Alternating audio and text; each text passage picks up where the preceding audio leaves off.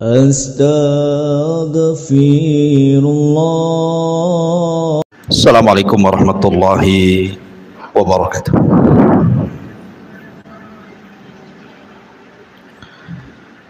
Alhamdulillah wassalatu wassalamu ala Rasulillah wa ala alihi wa sahbihi wa mawalah. Wala hawla wala quwwata illa billahi wa ba'd.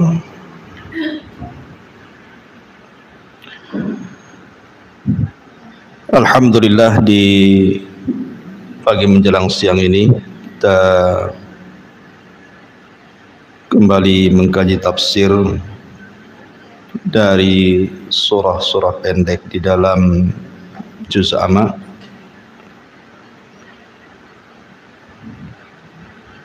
Dan surat yang kita akan kaji di pagi menjelang siang ini adalah surah Al-Ghashiyah. Ma'asyiral muslimat yang dimuliakan Allah Subhanahu wa taala. Surah Al-Ghashiyah ini adalah surat yang menceritakan tentang hari kiamat.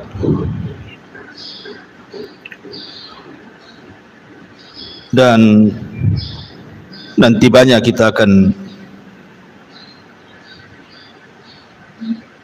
melalui penjelasan-penjelasan para ulama di mana surah Al-Ghashiyah ini menceritakan dua kondisi orang-orang yang masuk ke dalam surga dan bagaimana kondisi mereka, dan juga orang-orang yang Allah Subhanahu wa taala masukkan ke dalam neraka dan juga bagaimana kondisi mereka.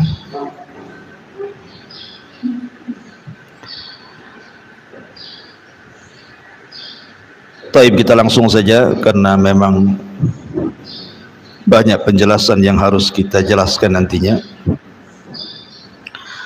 A'udzubillahi minasyaitonirrajim. Bismillahirrahmanirrahim. Hal ataka hadithul ghashiyah. Sudahkah sampai kepadamu ya Muhammad berita tentang Al-Ghashiyah? Apa itu Ghashiyah? Ada yang berpendapat bahwa Ghashiyah itu adalah ismun min asma al-qiyamah, satu di antara nama-nama kiamat.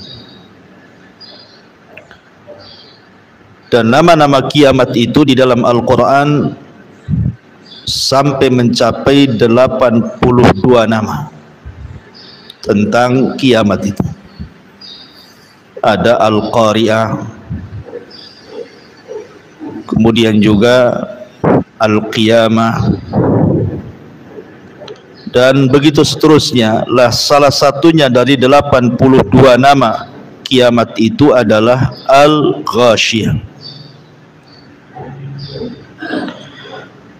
Dan dalam kaidah Al-Quran, sebuah peristiwa yang banyak namanya menunjukkan itu bukan peristiwa biasa, tapi peristiwa yang luar biasa.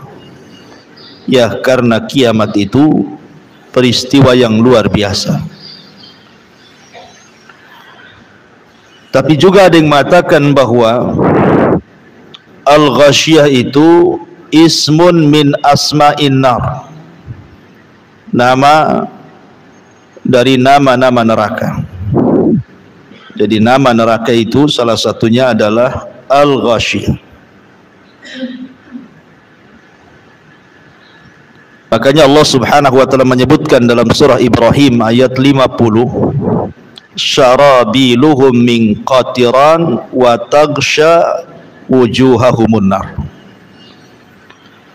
Pakaian mereka terbuat dari cairan aspal dan wajah-wajah mereka taghsyah. Taghsyah itu artinya tertutupi oleh apa? Oleh api neraka. Taghsyah itu sama dengan kalimat ghasyiyah. Jadi di sini ada dua penafsiran. Bisa dimaknai al-ghasyiyah itu satu di antara nama-nama kiamat, dan penafsiran yang kedua, ghasyiyah itu satu di antara nama-nama neraka jahanam. Di sini Allah Subhanahu wa taala mengatakan hal ataka hadithul ghasyiyah. Apakah khitab dalam ayat ini diberikan kepada Nabi sallallahu alaihi wasallam? Maknanya, sudahkah sampai kepada wahai Muhammad berita tentang kiamat? Ataukah khitab ini kepada setiap orang yang membaca Al-Quran? Maknanya, sudahkah sampai kepada anda yang membaca Al-Quran berita tentang kiamat? Dan dua-duanya bisa dijama, digabungkan, karena setiap khitab orang yang diajak bicara itu disebut khitab. Setiap khitab yang dikhitabkan kepada Rasul juga berlaku kepada umat Rasul. Hal ataka hadithul ghasyiyah wujuhu yawma idzin khashi'ah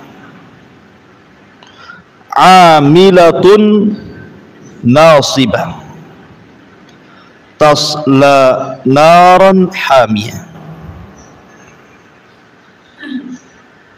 Kemudian Allah Subhanahu wa taala mengatakan pada hari kiamat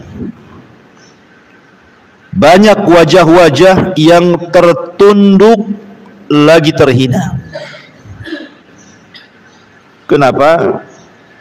Karena mereka bekerja sangat keras, lagi kepayahan, tetapi ujungnya mereka memasuki api neraka yang sangat-sangat panas. Di sini para ulama memberikan catatan kepada kalimat wujuhu yawma idin khasyiah amilatun nasibah tasla naran hamiyah. Ada yang mengatakan bahwa ayat ini bercerita tentang hari kiamat. Apabila manusia dibangkitkan di padang mahsyar setelah tiupan sangkakala kedua Israfil, maka ada orang-orang yang mereka betul-betul khusyuk, betul-betul khusyuk di hadapan Allah Subhanahu wa taala dan ingin bekerja keras supaya mendapatkan keridhaan Allah Subhanahu wa taala. Pertanyaannya, apakah bermanfaat? Tentu tidak akan bermanfaat. Karena khusyuk yang bermanfaat, bekerja keras lagi kepayahan dalam beribadah kepada Allah itu hanya bermanfaat kalau dilakukan di dunia. Di akhirat itu tidak akan berlaku lagi. Karena di akhirat itu yaumul hisab, hari di mana kita dituntut pertanggungjawaban. Kalau mau khusyuk ya di dunia. Kalau mau bekerja keras untuk beribadah dan kepayahan dalam ibadah di dunia, baru manfaat untuk akhirat. Makanya Ali radhiyallahu anhu mengatakan, al-yaum yaumul amal wa ghadan yaumul hisab.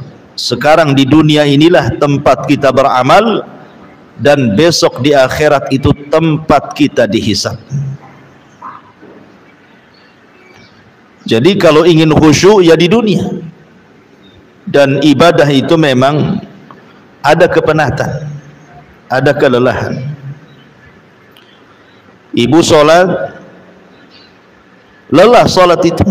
Kalau mau mengikuti betul-betul sunnah Nabi SAW. Karena ibadah itu kan tingkatan-tingkatan tuh. Ada ibadah itu jelek sekali, ada ibadah itu pertengahan, ada ibadah itu baik sekali, dan itu yang bisa melakukannya kita sendiri. Ada yang ibadah asal-asalan kan Bu, orang beribadah itu asal-asalan saja, yang penting kewajibannya menurut dia sudah selesai. Ada ibadah mungkin sedikit agak baik, tapi ada ibadah itu yang betul-betul dia beribadah itu di atas puncak kebaikan. Mulai daripada wudunya betul-betul diperhatikan, pakaiannya, kemudian tempat solatnya, sampai ke gerakan-gerakan solatnya betul-betul dia persembahkan kepada Allah Azza wa Jalla. Artinya itu kembali kepada diri kita yang melakukan ibadah. Karena kehusyuan itu dikembalikan kepada kita sebenarnya. Kalau wudunya saja bermasalah, macam mana mau khusyuk solatnya? Tapi kalau dalam berwudu dia sudah memperhatikan betul-betul bagaimana cara wudu Nabi, kemudian masuk ke dalam solat dan dia memperhatikan bagaimana solat Nabi, sallu kama ra'aitumuni usalli, solatlah kalian sebagaimana melihat aku solat, insyaallah dia akan mendapatkan kekhusyuan. Dan ulama ada yang mengatakan bahwa mendapatkan khusyuk itu karena didahului sebelum solat dia tidak pernah bermaksiat. Kalau sebelum solat dia bermaksiat kepada Allah, maka masuk ke dalam solat itu akan sulit mendapatkan kekhusyuan. Karena maksiat itu melahirkan keras hati. Ketika masuk dalam solat, kerasnya hati itu menghilangkan khusyuk. Ya. Kemudian yang kedua, menghadirkan azamatullahi azza wa jalla.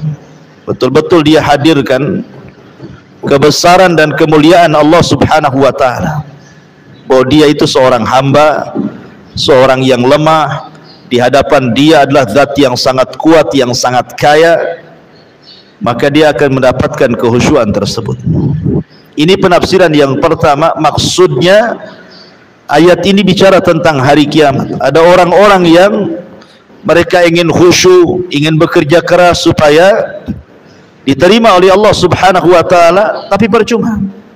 Makanya lihat bagaimana sebagian orang-orang di neraka itu, di padang mahsyar itu, mereka mengatakan sebagaimana dihikayatkan dalam Al-Quran.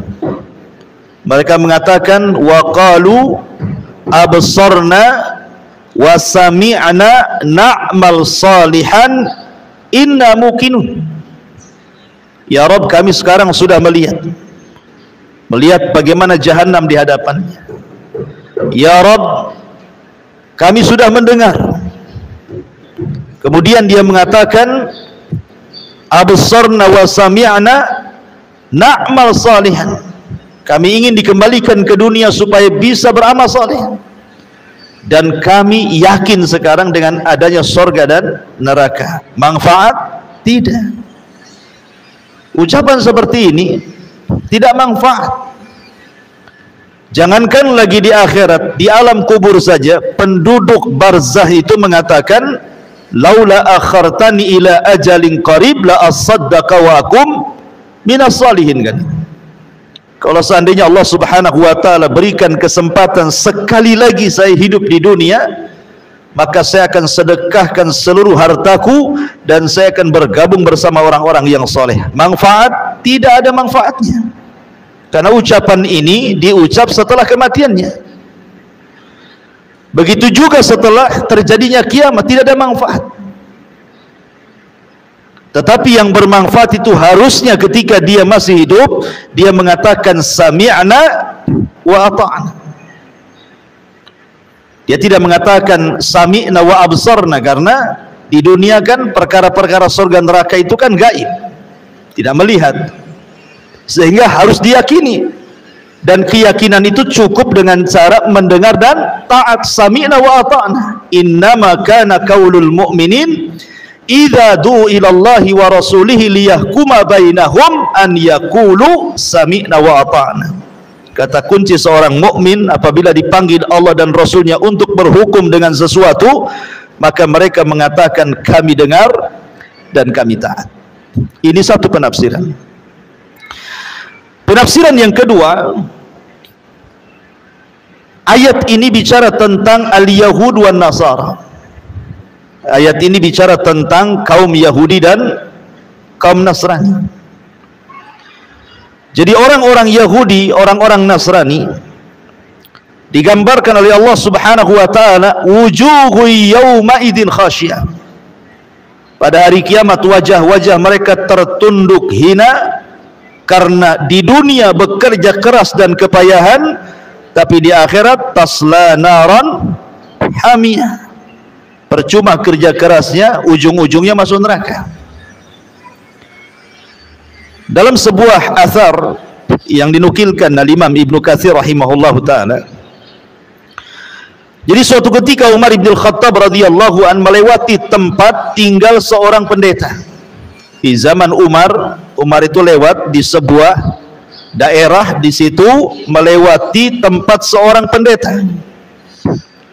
Lalu Umar memanggil pendeta tersebut. Kemudian tiba-tiba ketika muncul pendeta tersebut di hadapan Umar bin Khattab radhiyallahu an, tiba-tiba kemudian Umar memandang pendeta itu, wayabki, kemudian menangis. Sang pendeta heran, kok gara-gara memandang dia kok bisa nangis gitu ya. Akhirnya pendeta mengatakan, ya Amiral Mukminin, ma yubkik. Wahai Amiral Mukminin, apa yang membuat anda menangis ketika melihat diriku? Maka Umar radhiyallahu anhu mengatakan, dzakartu qaulallahi azza wajalla, aku teringat dengan firman Allah kepadamu, amilatun nasibatun tasla naran hamiyah. Kata Umar bin Khattab radhiyallahu an, ada orang-orang yang bekerja keras dan juga keletihan dalam beramal saleh di dunia, tapi ujung-ujungnya Allah masukkan ia ke dalam neraka. Fadzakal ladzi abkani, itulah yang menjadikan aku menangis, kata Umar, sambil mengisyaratkan kepada pendeta itu maksudnya. Ya. Kenapa demikian? Karena setelah diutusnya Nabi sallallahu alaihi wasallam, seluruh agama tidak berlaku. Inna dina indallahil Islam. Agama yang paling diridhai Allah itu hanyalah agama Islam. Wa man yabtaghi ghairal islami dinan falan yuqbala minhu. Barang siapa yang mencari selain Islam itu sebagai agamanya, falan yuqbala minhu, dia tidak akan diterima. Cukup sampai di sini tidak. Wa huwa fil akhirati minal khasirin, dan dia di akhirat termasuk orang-orang yang rugi. Kenapa bahasa Quran mengatakan di akhirat termasuk orang rugi? Kenapa tidak Allah katakan di akhirat masuk neraka umpamanya? Di akhirat masuk jahanam, di akhirat akan diadab. Tetapi Allah bahasakan wa huwa fil akhirati minal khasirin, dan dia di akhirat termasuk orang rugi, ya karena di dunia lelah letih ibadah, tapi di akhirat masuk neraka kan rugi. Dia sudah habiskan waktunya, tenaganya, biayanya untuk konon dia menyembah Allah, tapi seluruh daya upayanya ditolak Allah. Qul hal nunabbi'ukum bil akhsarina a'mala alladzina dhalla sa'yuhum fil hayatid dunya wa hum yahsabuna annahum yuhsinuna sun'a. Maukah kuhabarkan kepada kalian, kata Allah, orang yang paling rugi amalannya, mereka lah orang-orang yang sudah berupaya keras di dunia, wa hum yahsabuna annahum yuhsinuna sun'ah, sementara mereka mengira bahwa usahanya itu sebuah kebaikan, padahal bukan kebaikan. Itulah orang-orang yang merugi. Jadi ada juga yang mengatakan bahwa ayat ini turun kepada Yahudi dan Nasrani.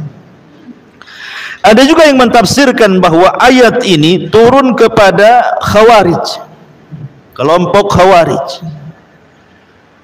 Karena kelompok Khawarij itu amilatun nasibah tasla naran hamiyah. Orang-orang Khawarij itu luar biasa bu solatnya. Solat mereka jauh lebih hebat dibandingkan solat kita. Baca Quran mereka jauh lebih hebat dibandingkan baca Quran kita. Puasa mereka jauh lebih mulia, lebih hebat dibandingkan puasa kita. Tapi kenapa kemudian akhirnya mereka masuk neraka? Dan Rasul katakan yamruquna minad-din kama yamruqus sahmu minar ramiyah. Mereka melesat dari Islam seperti anak panah keluar dari busurnya. Karena amalan mereka tidak mencontoh Nabi.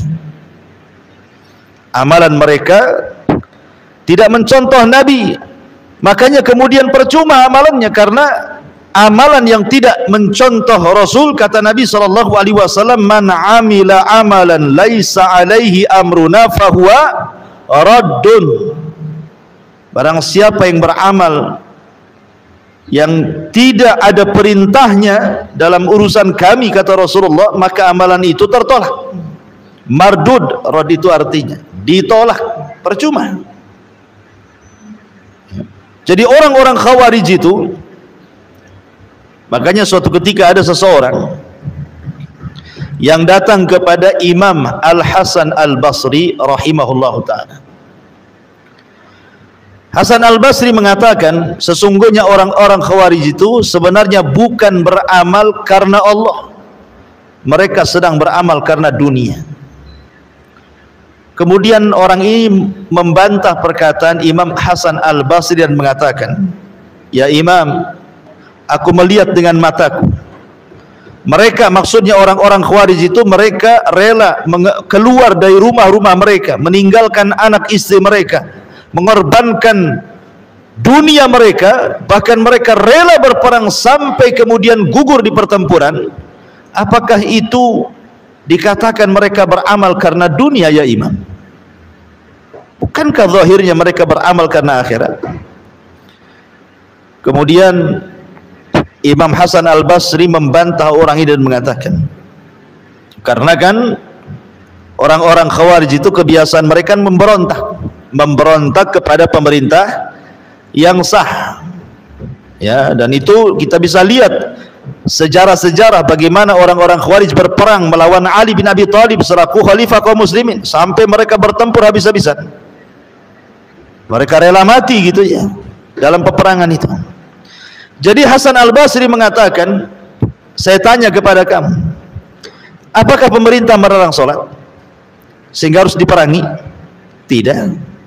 Apakah pemerintah melarang kalian berpuasa sehingga harus diperangi?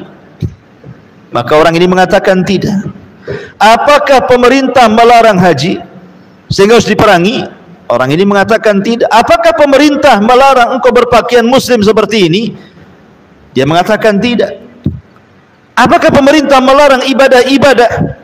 Tidak. Kenapa harus diperangi? Kalau memang pemerintah membiarkan kita sholat, membiarkan kita puasa, membiarkan kita haji, membiarkan kita berpakaian muslim, membiarkan kita beribadah, lalu apa gunanya Anda menyerang pemerintah itu? Apa? Kan tujuan kita untuk ibadah. Nah, kita sudah bisa ibadah, kenapa kemudian diserang?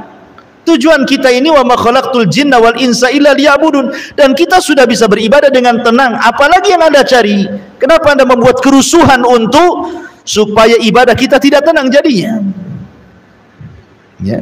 Ma'asyiral muslimat yang dimuliakan Allah Azza wa Jalla, dari sinilah maka ayat ini ada yang mengatakan turun kepada Khawarij, karena Rasul mengatakan yahkiru ahadukum salatahu ma'a salatihim wa siyamahu ma'a siyamihim yaqra'una al-Qur'an la yujawizu tarakiyahum yamruquna minad-din kama yamruqus sahmu minar ramiyah.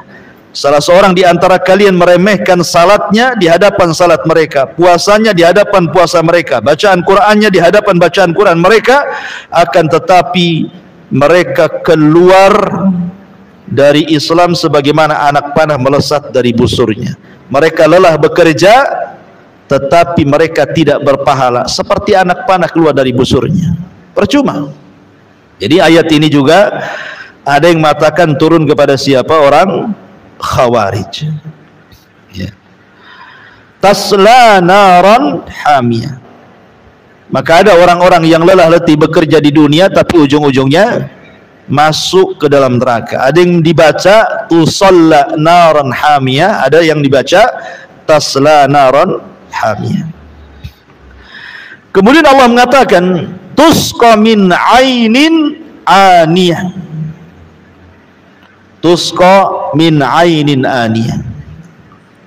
Orang-orang yang masuk ke dalam neraka itu diberi minum dari sumber air yang sangat panas. Masih kisah Hasan Al-Basri rahimahullahu ta'ala. Hasan Al-Basri suatu ketika membuat kajian seperti ini. Tiba-tiba muridnya ini memberikan air mineral, air putih, ya, untuk minum sang imam. Kayak ibu ya, kalau saya kisah kajian kan kasih minuman gini.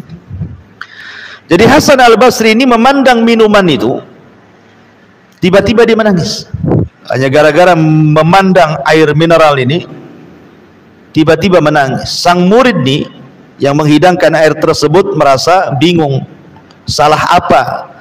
Saya hanya menghidangkan minuman saja, kenapa sang imam tiba-tiba menangis ketika memandang minuman itu?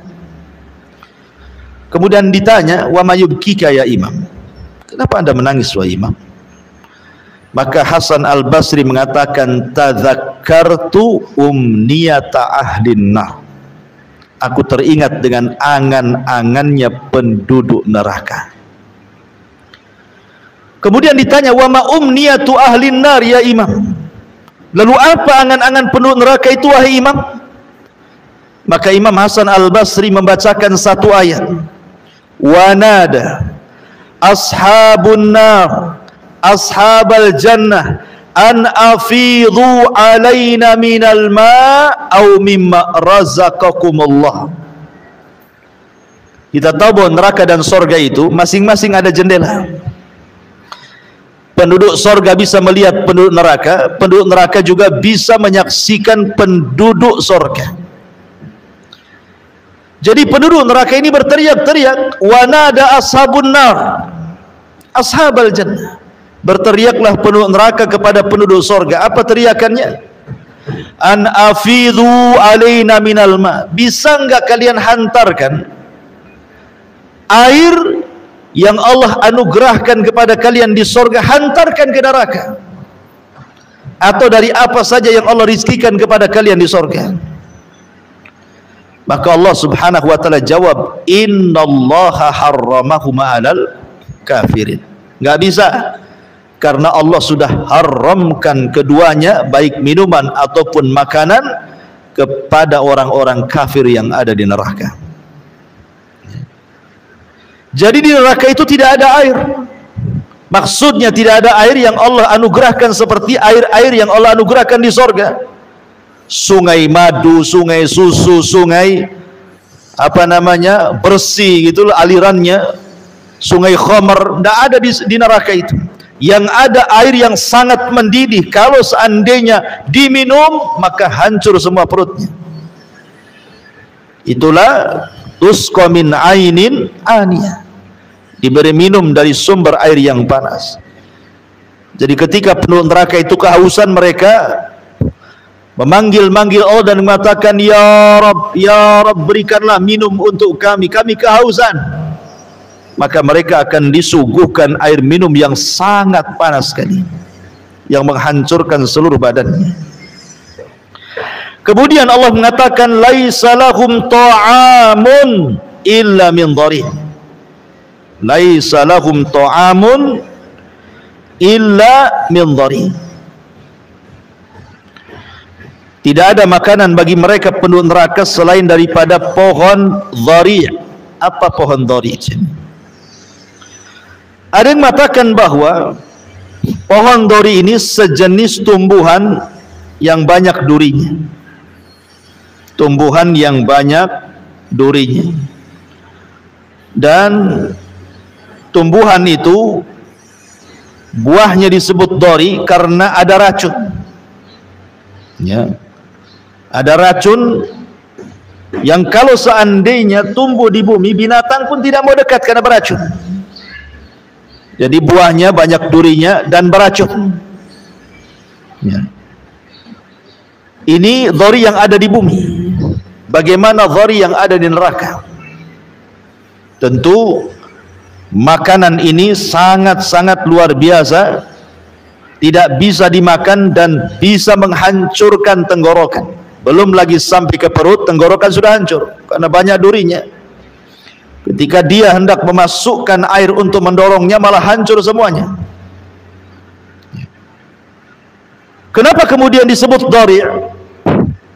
Dhari ini artinya tadarru'. Tadarru' itu memelas bahasa kitanya. Ya. Karena ketika makanan ini dimakan, dia memelas kepada Allah supaya dikeluarkan. Ya Allah sampai tersiksa dia, sehingga memelas gitu ya, supaya dikeluarkan lagi karena sudah tidak bisa dikeluarkan, sudah nyarang di tenggorokan dia dan menghancurkannya. Makanya kemudian disebut dhari, karena dia tadarru, memelas kepada Allah untuk dikeluarkan, tapi tidak bisa karena sudah masuk ke dalam rahang dia dan menghancurkan rahangnya. Sebelum ke perutnya, rahangnya sudah hancur duluan. Ma'asyiral muslimat yang dimuliakan Allah Azza wa Jalla, ada juga yang mengatakan bahwa makanan penduduk neraka itu adalah makanan dari darah dan nanah penduduk neraka itu sendiri. Jadi kalau penduduk neraka itu kelaparan, maka akan disuapi nanah dan darah dari penduduk neraka itu sendiri. Sebagaimana Allah menyebutkan dalam surah Haqqah 36, wala ta'amun illa min ghislin, dan tidak ada makanan bagi penduduk neraka kecuali ghislin. Ghislin itu artinya perpaduan nanah dan darah, itulah makanan. Ada juga yang mengatakan bahwa makanan penduduk neraka itu disebut zakum, pohon zakum, yang Allah katakan inna syajarataz zakum ta'amul athim kal muhli yagli fil butun ka ghalil hamim. Sesungguhnya pohon zakum adalah makanan bagi orang-orang yang berdosa, sebagaimana minyak yang panas yang mendidih dalam tubuh, sebagaimana mendidihnya air yang sangat panas sekali. Jadi bukannya mengenyangkan, malah kemudian menghancurkan. Makanya dalam sebuah penafsiran, datang Abu Jahal hendak mengejek tentang pohon zakum. Jadi kata Abu Jahal ini, dia mengatakan kepada orang-orang jahiliyah, ya ma'syara Quraisy, hal tadruna ma syajaratuz zakum allati yukhawifukum biha Muhammadun. Wahai orang-orang Quraisy, tahukah kamu apa itu pohon zakum? Pohon zakum ini tumbuh di neraka, akarnya sampai ke dasar jahanam. Jadi Abu Jahal ini ingin mengolok-olok Nabi dan mengatakan, wahai orang-orang Quraisy, tahu nggak kalian pohon zakum itu? Yang Muhammad itu selalu menakut-nakuti kalian dengan pohon itu. Maka orang itu mengatakan, la ya Abu Jahal, tidak, kami tidak tahu apa itu zakum. Apa kata Abu Jahal? Zakum itu adalah ajwatu yathriba bizubad atau bizubdi, wallahi la in istamkanna minha lanazkumannahan tazakkuman. Kata dia, zakum itu kurma Madinah. Kata Abu Jahal itu kurma Madinah loh, kata. Bukan apa-apa, kata Abu Jahal itu. Kemudian dia mengatakan, demi Allah, seandainya saya bisa mendapatkan pohon zakum, niscaya saya akan memakan pohon itu dan akan memakan dari buahnya sepuas-puasnya. Ini kan kurang ajar kan, mengejek. Ya, Abu Jahal mengejek Nabi SAW, mengejek ayat-ayat Al-Quran. Padahal lihat bagaimana Nabi SAW mengatakan, lau anna qitratan minaz zakum, kalau seandainya ada satu getah, ya, getah dari pohon zakum itu, qutirat, menetes di bumi. La amarrat ala ahlil ardi aisyahum fa kaifa man laisa lahum ta'amun illa zakum. Maka niscaya akan merusak kehidupan seluruh penghuni bumi. Bagaimana lagi dengan mereka yang tidak ada makanan kecuali pohon zakum itu. Jadi kalau seandainya getahnya saja, satu tetes saja, itu getah zakum neraka itu diteteskan di bumi, satu dunia makanan akan rusak, satu dunia minuman akan rusak, tidak bisa dimakan dan minum. Itu baru getahnya tuh, kata Rasul. Gimana kalau makan? Maka di sini apa yang dikatakan Abu Jahal itu hanya hendak memperolok-olok Al-Quran dan Nabi SAW. Dan semua makanan dan minuman di sorga itu, kata Allah, la yusmin wa la yugni minju, tidak menggemukkan dan tidak menghilangkan lapar. Ibu kalau lapar kemudian makan, pasti kenyang. Apalagi kalau biasanya makan satu piring, ibu makan 3 piring, pasti kenyang. Coba saja, ya. Kalau ibu haus nih, ibu minum 1 gelas, apalagi 1 jerigen, hilang tuh hausnya, yang ada kembung perut kan itu. Tapi ini makanan ini, ketika lapar dimakan, bukan makin kenyang, makin lapar. Dan ketika minuman itu diminum, bukan hilang hausnya, makin kehausan. Makanya Allah mengatakan la yusmin wa la yughni minju, tidak menggemukkan dan tidak pula menghilangkan lapar. Orang kalau banyak makan kan lama-lama gemuk kan, ya. Apalagi kalau sudah makan malam pasti gemuk. Tetapi makanan di neraka itu sama sekali tidak menggemukkan dan juga tidak mengenyangkan. Ini disebut kondisi halu ahli nar. Kemudian Allah Subhanahu wa taala mulai menjelaskan bagaimana kondisi penduduk surga. Ya. Begitulah Allah kalau menyebutkan neraka pasti setelah menyebutkan surga. Ya, karena dalam teori dakwah juga ada namanya targhib, ada namanya tarhib. Ada sifatnya menakut-nakuti, ada sifatnya memberi kabar gembira, biar seimbang, biar orang enggak takut terus, maka diceritakan surga. Biar tidak menangis juga terkadang tersenyum dan tertawa. Allah mengatakan wujuhun yauma idzin na'imah. Pada hari itu ada wajah-wajah yang berseri-seri. Naimah itu artinya wajah orang yang tidak pernah susah hidupnya, itu disebut naimah.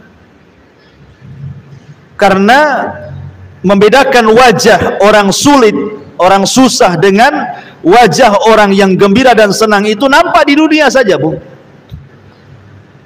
Ada anak kecil usia 3 tahun umpamanya, yang satu anak pejabat, ya, hidupnya di gedung mewah, fasilitasnya luar biasa, bajunya bagus-bagus, makanannya enak-enak, terawat, ada AC-nya, ada pembantunya, semua nikmat isi rumahnya.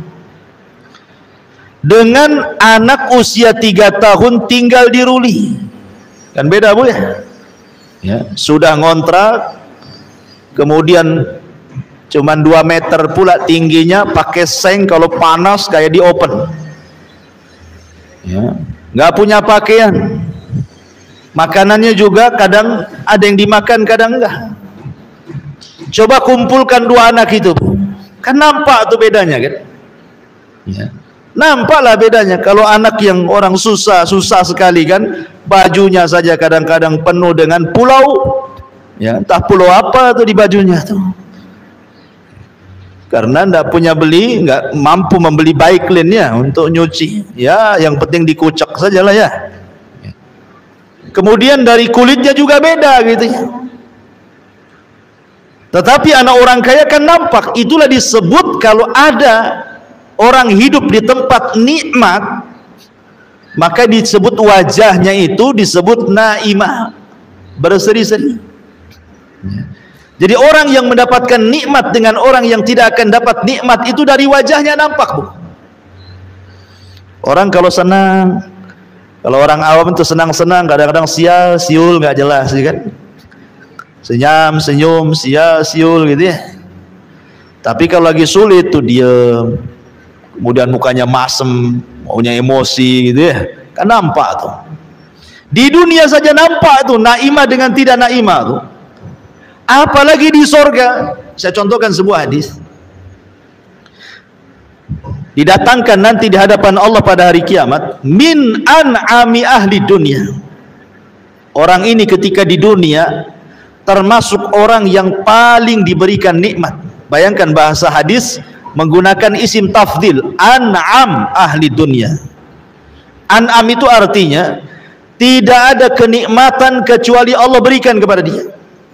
Rumahnya megah gitu ya, uangnya banyak, fasilitas nikmatnya, pokoknya hidupnya sejak lahir sampai mati senang saja, tidak pernah susah. Tetapi Allah takdirkan dia termasuk penduduk neraka. Didatangkan di hadapan Allah, kemudian oleh Allah dicelupkan sekali celupan ke neraka, diangkat lagi. Kemudian Allah tanya kepada dia, hal marra bika min ni'amin qat. Kamu selama di dunia, dari mulai lahir sampai usia kamu anggaplah 100 tahun, kau tidak pernah sulit. Setelah aku celupkan kau ke neraka, masih terbayang enggak kenikmatan itu? Dia mengatakan, wallahi ma marra bi min ni'amin qattun. Demi Allah, tidak ada kenikmatan yang sudah pernah saya alami di dunia terlintas sedikit pun tidak. Padahal sejak bayi sampai mati dia senang saja. Tapi sekali dicelupkan di neraka, hilang tuh semua memorinya tuh. Nggak terbayang lagi dia dulu punya mobil, dia dulu punya rumah, dia dulu punya kebun, dia dulu punya uang, dia dulu makan enak, istrinya cantik, dan nggak lagi, hilang udah. Nggak terbayang sedikit pun tuh, bayangkan. Begitu ngerinya neraka, baru dicelupkan saja tuh.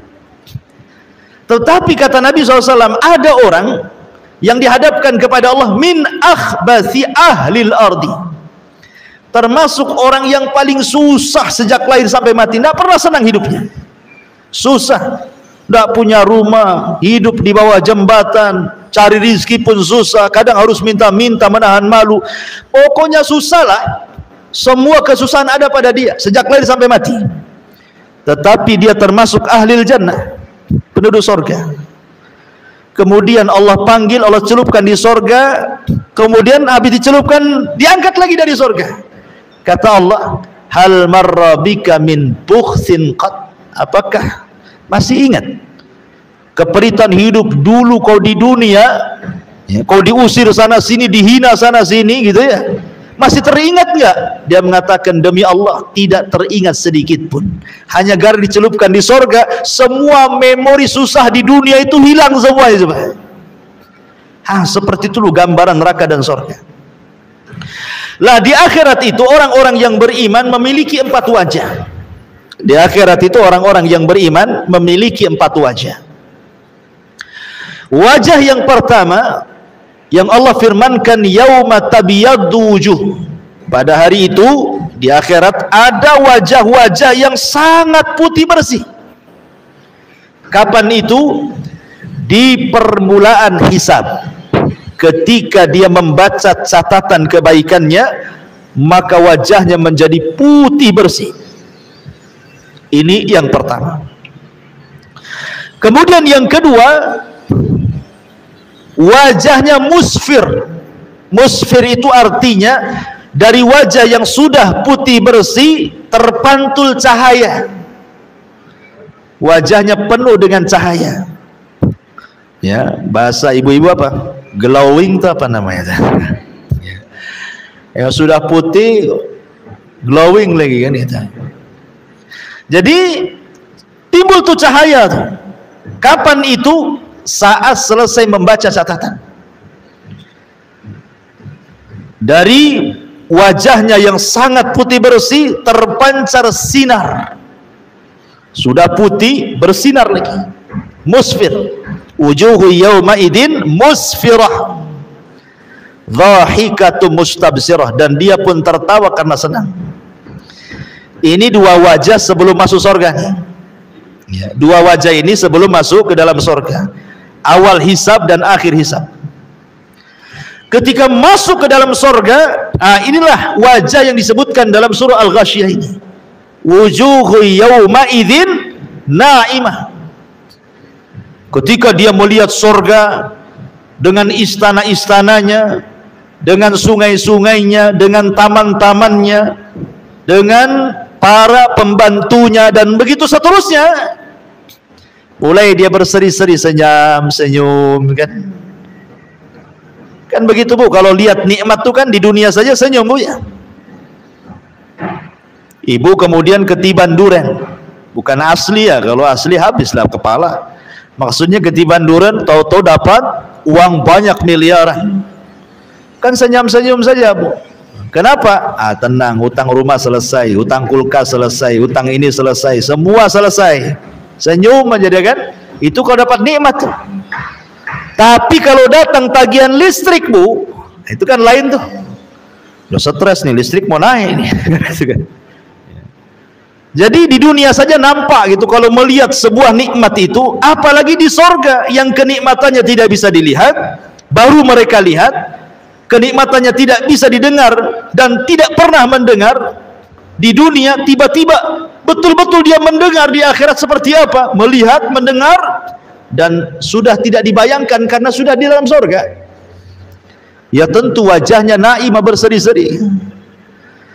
Kemudian yang terakhir adalah wajah-wajah yang radhiyah. Yang radhiyah itu senang, redha gitu ya. Orang redha kan senang Bu. Di dunia saja orang redha itu senang, walaupun susah, yang penting kan redha gitu ya. Ini 4 wajah bagi ahlul imani wal islam, bagi orang yang beriman dan orang Islam. Wujuhun yawma idzin na'imah li sa'yiha radiyah. Mereka redha, mereka senang karena usahanya sendiri. Ibu kalau sholat kemudian habis sholat senang karena ibu sudah melaksanakan perintah ya kan? Kemudian ibu puasa, senanglah kalau sudah berpuasa itu kayak senang plong gitu ya, ikhlas. Kapan lagi puasa Ramadan, ditunggunya sama dia ya, masih nengok almanak gitu ya. Kemudian ibu sedekah kayaknya puas, kalau ngasih uang sama orang miskin itu kayak puas, kapan lagi kalau saya punya rezeki saya kasih lagi gitu.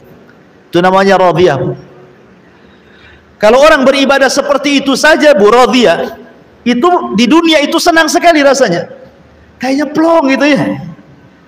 Tapi kalau ibadah itu tidak redha, terpaksa Bu, maka kesannya malas-malas, nggak senang melakukan ibadah itu. Kalau sudah datang waktu sholat gitu kan, aduh sholat lagi nih, belum tidur azan, dari mulai itu kan gelisah dia ya.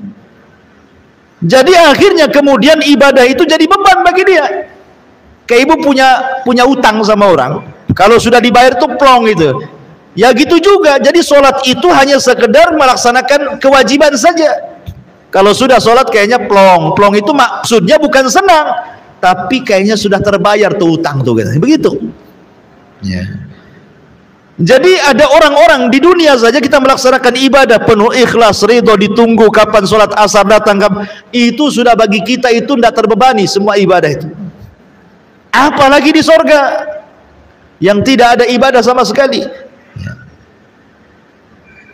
Ma'asyiral muslimat yang dimuliakan Allah Azza wa Jalla, maka orang yang merasa ridho dengan ibadahnya, maka itu orang yang akan mendapatkan redha dari Allah. Jadi kalau dia redha dengan ibadahnya sendiri, maka itu sebab terbesar mendapatkan keredhaan Allah. Demi Allah Bu, mendapatkan keredhaan Allah kata para ulama itu bukan perkara sulit, asal kita mau melakukannya. Contoh umpamanya yang ringan saja, kalau ibu habis makan ibu mengucapkan alhamdulillah. Habis minum mengucapkan alhamdulillah. Dalam setiap hal ibu katakan alhamdulillah. Katakan alhamdulillah ala kulli hal, pada setiap kondisi. Mau susah, alhamdulillah. Ya, sesusah-susahnya saya masih bisa makan. Terus sebelah itu sesusah-susahnya dia susah sampai kurus. Kan itu ya. Dia masih bersyukur gitu maksudnya ya. Dengan yang ada itu masih disyukuri. Itu salah satu sebab terbesar ibu mendapatkan ridha Allah. Karena memang orang yang seperti ini menerima apapun yang diberikan oleh Allah Azza wa Jalla, itu syarat terbesar untuk dapat ridha. Ketika dia ridha dengan apa yang diberikan oleh Allah, maka Allah pun ridha kepada dia. Ketika dia tidak ridha akan apa yang diberikan Allah, maka Allah pun tidak akan ridha kepada dia. Karena orang yang tidak ridha dengan pemberian Allah, biasanya dia menjadikan Allah itu objek celaan. Biasanya seperti itu. Orang yang tidak redha nih pemberian Allah, Allah jadi objek celaan kita tuh. Ya. Ya Allah, kenapa aku saja yang susah? Kenapa enggak sebelah saja disusahkan tuh? Nah, itu ya. Asih aku aja yang sakit bertahun-tahun, kenapa orang itu sehat-sehat saja? Ya. Asih aku aja anaknya nakal, kenapa orang anak-anak baik, anak-anak orang itu baik? Ya, karena engkau tidak mendidiknya kan gitu. Jadi malah Allah yang disalahkan tuh. Ya, jangan seperti itu. Ya, lisa'yiha radiyah. Mereka senang karena usahanya sendiri, maksudnya saat masih di dunia mereka beramal saleh, mereka salat, puasa, membayar zakat, haji, membaca Quran, mereka menjaga diri dari hal-hal yang haram, sehingga di akhirat mereka mendapatkan balasan di mana Allah akan redha kepadanya. Kemudian Allah mengatakan fi jannatin 'aliyah. Mereka akan masuk ke dalam sorga yang tinggi. Sorga itu bertingkat-tingkat. Makanya sering saya katakan Syekhul Islam Ibn Taimiyah sampai ketika memberikan sarahan hadis, Allah memanggil penduduk sorga dan mengatakan iqra wartaq warattil kama kunta turattil fid dunya fa inna manzilataka inda akhiri ayatin taqrauha. Bacalah Quran wahai fulan, sambil kau naik, maksudnya terbang. Ya, di sorga itu semua manusia akan terbang karena tidak ada gravitasi. Kalau di bumi itu kan ada gravitasi, jadi kita disedot bumi, makanya tidak bisa terbang. Coba kalau keluar angkasa sana, ya kan pada terbang tuh orang-orang yang ke bulan tuh. Nah, di sorga itu tidak ada gravitasi sehingga orang bisa terbang, dikasih rop-rop gitu ya, kasih sayap di punggung, terbang. Ya, Allah mengatakan iqra, baca Quran, terbang kau ke atas. Pilih tingkatanmu di sorga itu, karena sorga itu tinggi, bertingkat-tingkat, makin tinggi makin indah, makin tinggi makin indah gitu ya. Dan terus baca, tartilkan bacaanmu sebagaimana di dunia engkau mentartilkan bacaanmu. Nanti engkau akan mendapatkan tingkatan di mana disesuaikan dengan ayat yang kau baca terakhir di dunia. Artinya semakin banyak membaca Quran, semakin gemar dengan Al-Quran di dunia, maka semakin tinggi tingkatannya. Dari hadis ini kata Ibnu Taimiyah rahimahullah ta'ala, beristimbat hukum bahwa tingkatan di sorga itu sebanyak ayat di dalam Al-Quran. 6.500 kurang lebih ayat di Quran kan? Sebanyak itulah tingkatan di sorga. Dan satu tingkatan ke tingkatan berikutnya itu perjalanan 500 tahun atau bagaikan langit dan bumi, pertingkatannya itu ya, luar biasa. Fi jannatin 'aliyah la tasma'u fiha laghiyah.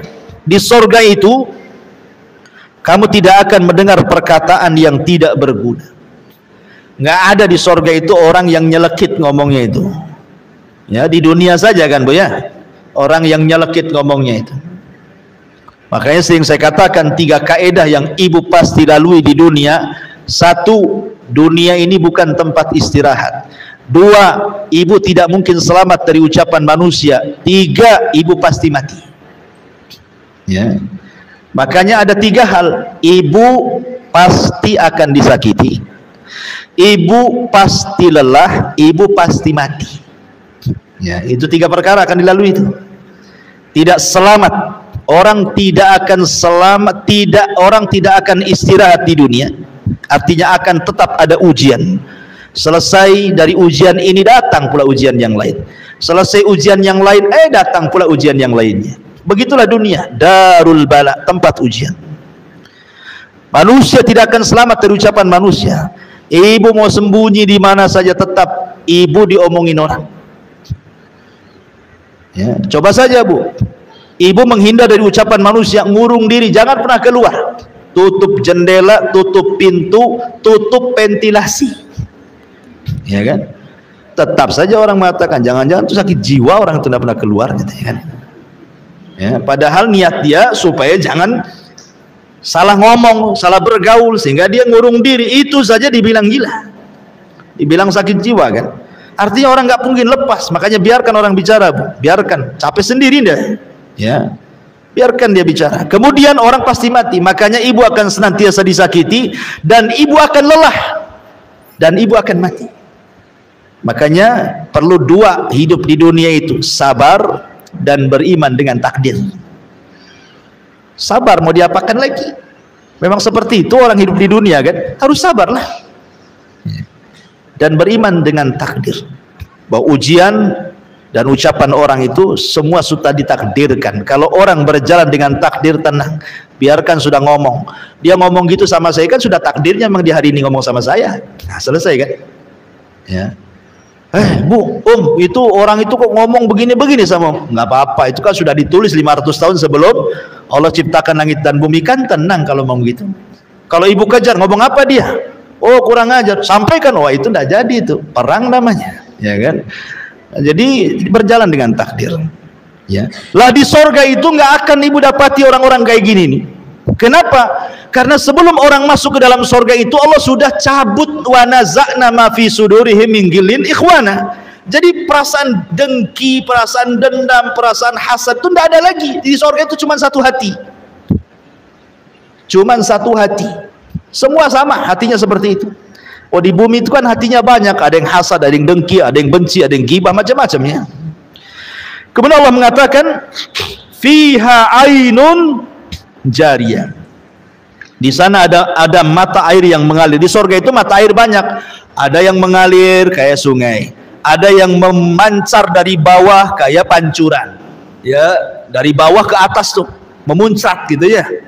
Ada yang pancuran dari atas. Ya, kalau orang Jawa Barat bilang curug namanya ya. Itu muncrat dari bawah, dari atas ke bawah. Ada yang dari bawah ke atas, ya, memancur. Ada yang ya kayak kita di dunia lah, kita lihat. Seperti itu di sorga juga ada. Makanya kan kalau ada, gatel kali hidung ini. Jadi kalau ada nih, kita lihat tempat rekreasi coba kan, yang didatangi orang itu kan. Kayak kalau di Majalengka di tempat saya itu banyak curug tuh biasanya. Ada air terjun itu sampai meteran tinggi. Itu jadikan tempat wisata kan. Karena apa? Karena keindahannya. Orang datang semua ke situ. Sampai dari mana-mana daerah tuh ingin datang ke curug itu, coba hanya pengen melihat air tumpah dari atas saja, itu saja. Coba ingat ya. Lah di sorga lengkap, ada yang tumpah dari atas, ada yang muncrat dari dalam bumi ke atas gitu ya, dari dalam sorga ke atas, ada yang mengalir, lengkap di sorga itu. Kelas salah satunya adalah fiha ainun jariyah. Ada mata air yang mengalir. Kalau Allah mengatakan fiha sururun marfu'ah, di sana ada dipan-dipan yang ditinggikan. Dipan-dipan yang ditinggikan. Ada yang mengatakan, sebagian penafsiran, surur di sini artinya bidadari. Ya, bidadari. Termasuk kalau ibu-ibu Allah takdirkan masuk ke dalam sorga, maka ibu bagian daripada sururun. Ya. Karena ibu lebih hebat, lebih indah, lebih cantik dibandingkan bidadari. Sebagaimana perkataan Ummu Salamah. Ummu Salamah ngomong sama Nabi, ya Rasulullah, kenapa Al-Quran masih cerita bidadari saja dan tidak cerita orang wanita dunia yang masuk surga?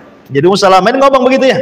Kok di Quran kan semua kalau mensifati wanita-wanita itu, maksudnya wanita surga, yang disifati bidadari semua. Lah kami nih kalau masuk surga ya Rasulullah, bagaimana kondisi kami? Maka Rasul mengatakan, engkau wahai Ummu Salamah dan semua wanita dunia yang masuk surga jauh lebih indah dibandingkan bidadari. Kenapa? Karena Anda masuk surga dengan kepayahan, dengan sholat, puasa, zakat, haji, macam-macam, ya kan? Baru masuk surga. Sementara bidadari sudah ada di surga tanpa ada kepayahan.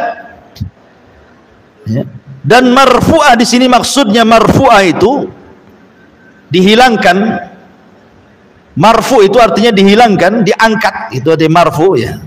Maksudnya diangkat, baik tempatnya diangkat oleh Allah, baik kemudian pakaiannya juga betul-betul terangkat. Allah berikan sutra yang bermacam-macam lapisnya, termasuk juga diangkat dari semua aib dan cacat yang ada di dunia. Di surga tidak ada.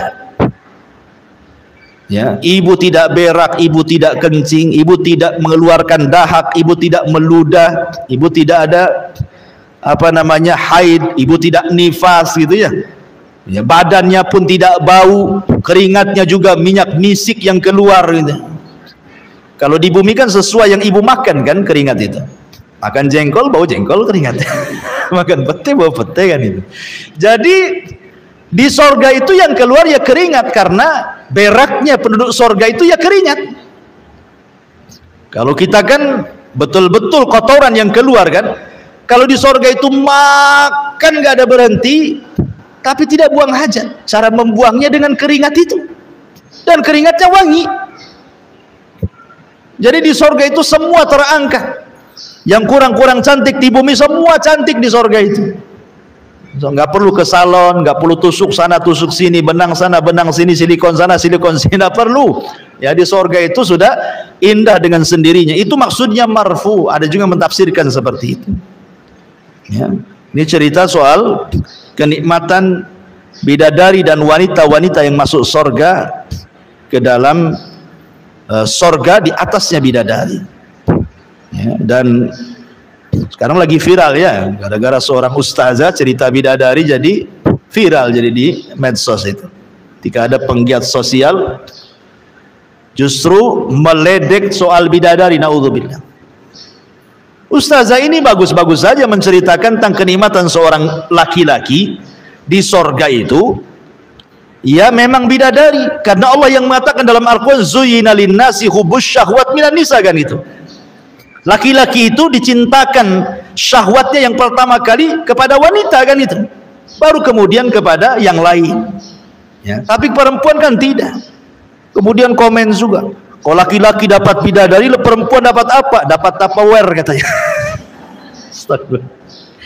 Ini kan kurang ajar, Bu, ya. Perempuan itu kenikmatannya jelas banyak. Apa yang disukai di dunia Allah berikan di akhirat semuanya, sesuai dengan fitrahnya, kan itu. Jadi ini masalah-masalah ilmiah, jangan kemudian dibantah dengan lelucon. Bantah secara ilmiah kalau tidak suka, ya namanya khilaf itu ya biasa dalam Islam. Tapi bantah secara ilmiah. Apalagi sampai kemudian mengucapkan kalimat jorok, naudzubillah. Tidak perlu saya ceritakan. Ya, ibu tonton di YouTube saja. Dan jangan lupa juga YouTube Humairah Channel.